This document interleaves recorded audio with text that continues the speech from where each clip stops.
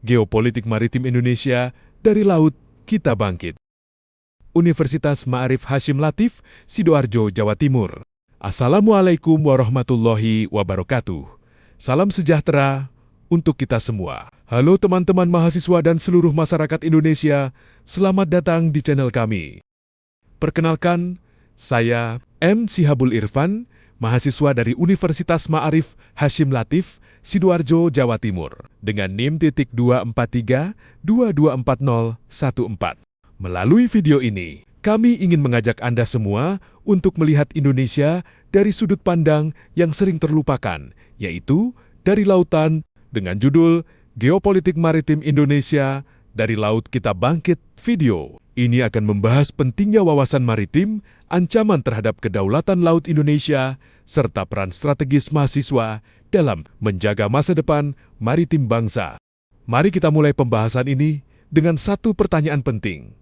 Sejauh mana kita benar-benar memahami Laut Indonesia? Indonesia dikenal sebagai negara kepulauan terbesar di dunia. Namun, seringkali kita lupa bahwa kekuatan utama bangsa ini bukan hanya ada di daratan, melainkan di lautan. Lebih dari 70% wilayah Indonesia adalah laut. Laut yang menyimpan kekayaan, jalur perdagangan dunia, dan sekaligus tantangan besar bagi kedaulatan negara. Secara sederhana, geopolitik maritim adalah cara sebuah negara memandang laut sebagai ruang strategis. Laut bukan hanya wilayah geografis, tetapi berkaitan langsung dengan kekuasaan, keamanan, ekonomi, dan kedaulatan. Indonesia memiliki posisi geopolitik yang sangat strategis karena berada di antara dua samudera besar dan dua benua. Artinya, Laut Indonesia bukan hanya penting bagi kita, tetapi juga menjadi kepentingan banyak negara lain.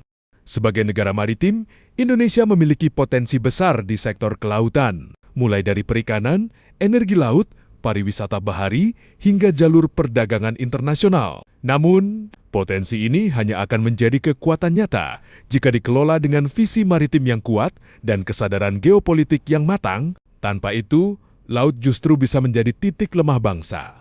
Saat ini, Laut Indonesia menghadapi berbagai ancaman serius. Penangkapan ikan ilegal oleh kapal asing merugikan negara dan nelayan lokal. Pencemaran laut akibat sampah plastik dan limbah industri merusak ekosistem laut secara perlahan namun pasti. Selain itu, sengketa wilayah laut menunjukkan bahwa kedaulatan maritim adalah isu geopolitik yang nyata dan sensitif.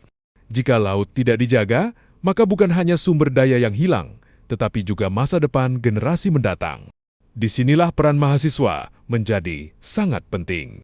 Mahasiswa dapat mengawal kebijakan publik agar berpihak pada keberlanjutan laut dan kesejahteraan nelayan. Dalam konteks geopolitik maritim, mahasiswa tidak bisa lagi bersikap netral dan pasif. Mahasiswa adalah kelompok terdidik yang memiliki akses pada ilmu pengetahuan, data, dan ruang diskusi akademik. Oleh karena itu, peran mahasiswa tidak hanya penting, tetapi strategis. Literasi maritim tidak hanya berarti mengetahui batas laut atau nama samudra, tetapi memahami laut sebagai ruang ekonomi, politik, dan keamanan. Dalam konteks Indonesia, rendahnya kesadaran maritim seringkali menyebabkan laut dipandang sebagai wilayah pinggiran. Mahasiswa, melalui proses pendidikan tinggi, memiliki kemampuan untuk memahami konsep-konsep seperti kedaulatan laut, zona ekonomi eksklusif, dan jalur pelayaran internasional. Pemahaman ini menjadi dasar untuk membangun cara pandang maritim yang lebih komprehensif di masyarakat. Mahasiswa berperan dalam produksi dan distribusi pengetahuan. Melalui tugas kuliah, penelitian kecil, dan penulisan ilmiah, mahasiswa turut menghasilkan pengetahuan tentang isu-isu kelautan. Pengetahuan ini tidak berhenti di ruang kelas atau perpustakaan. Melalui diskusi publik, artikel populer, dan media digital, pengetahuan akademik dapat diterjemahkan menjadi informasi yang mudah dipahami publik. Kebijakan maritim mencakup berbagai aspek, mulai dari pengelolaan perikanan, keamanan laut, hingga perlindungan lingkungan pesisir. Geopolitik maritim tidak dapat dipahami dari satu disiplin ilmu saja. Mahasiswa hukum melihat aspek regulasi laut, mahasiswa ekonomi menganalisis nilai strategis perdagangan dan perikanan, mahasiswa lingkungan menyoroti dampak ekologis, aktivitas manusia di laut, Selain aspek teoritis, mahasiswa juga berhadapan dengan realitas sosial masyarakat pesisir. Wilayah pesisir sering menjadi ruang pertemuan antara kepentingan ekonomi, kebijakan negara, dan kehidupan masyarakat lokal. Melalui kegiatan pengabdian masyarakat dan observasi lapangan, mahasiswa dapat memahami bagaimana kebijakan maritim berdampak langsung pada nelayan kecil. Dalam jangka panjang, mahasiswa merupakan investasi pengetahuan bagi masa depan maritim Indonesia. Pengetahuan yang dibangun hari ini akan memengaruhi arah pengelolaan laut di masa mendatang.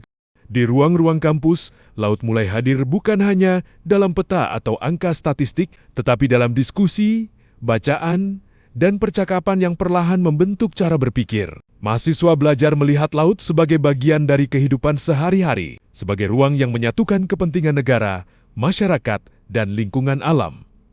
Dari proses ini, kesadaran tentang laut tumbuh secara perlahan, tidak instan, tetapi menetap. Ketika menyadari bahwa Indonesia berada di jalur pelayaran dunia, laut tidak lagi terasa jauh. Kapal-kapal yang melintas membawa cerita tentang perdagangan, kepentingan global, dan dinamika politik internasional.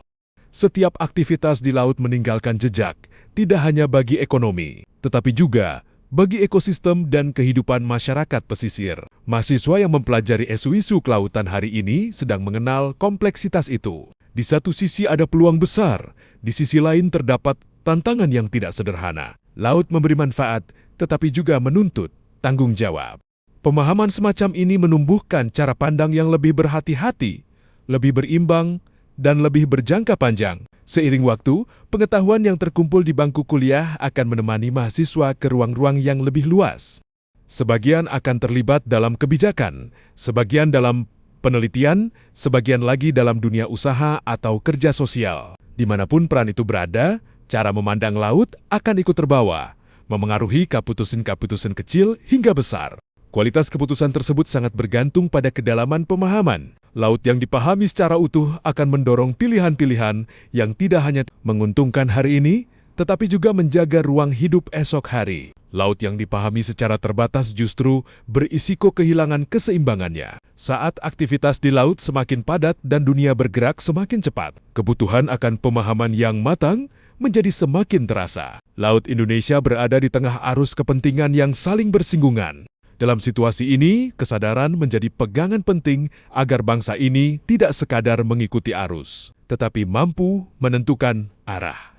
Semua itu bermula dari proses belajar yang sederhana, dari membaca, berdiskusi, mengamati, dan bertanya. Dari keberanian untuk melihat laut tidak sebagai sesuatu yang jauh, tetapi sebagai bagian dari masa depan bersama.